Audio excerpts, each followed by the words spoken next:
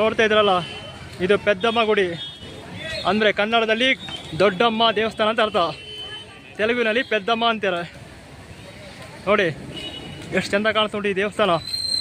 ಈ ದೇವಸ್ಥಾನದ ಹೊರಗಡೆ ತೋರಿಸ್ತಾ ಇದ್ದೇನೆ, ಇನ್ನು ಒಳಗಡೆ ಕೂಡ ತೋರಿಸ್ತೇನೆ.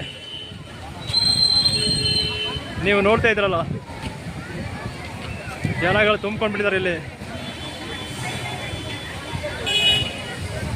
ನೋಡಿ ಇದು ಹೊರಗಡೆ ಹೊರಾಂಗಣ. ಇದು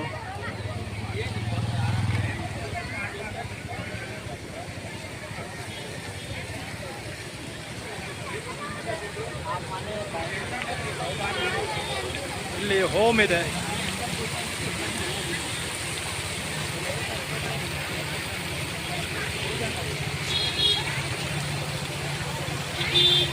ಯಾಕೆಂದರೆ ಈ ದೇವಸ್ಥಾನದ ಒಳಗಡೆ ಪರ್ಮಿಷನ್ ಇಲ್ಲ ವಿಡಿಯೋ ಮಾಡೋಕ್ಕೆ, ಹಾಗಾಗಿ ಹೊರಗಡೆಯಿಂದ ತೋರಿಸ್ತಾ ಇದ್ದಾನೆ.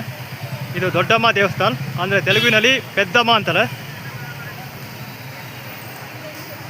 ಒಳಗಡೆ ತುಂಬ ಚೆನ್ನಾಗೇ ಇದೆ, ಆದರೆ ವಿಡಿಯೋ ಮಾಡೋಕ್ಕೆ ಬಿಡಲ್ಲ.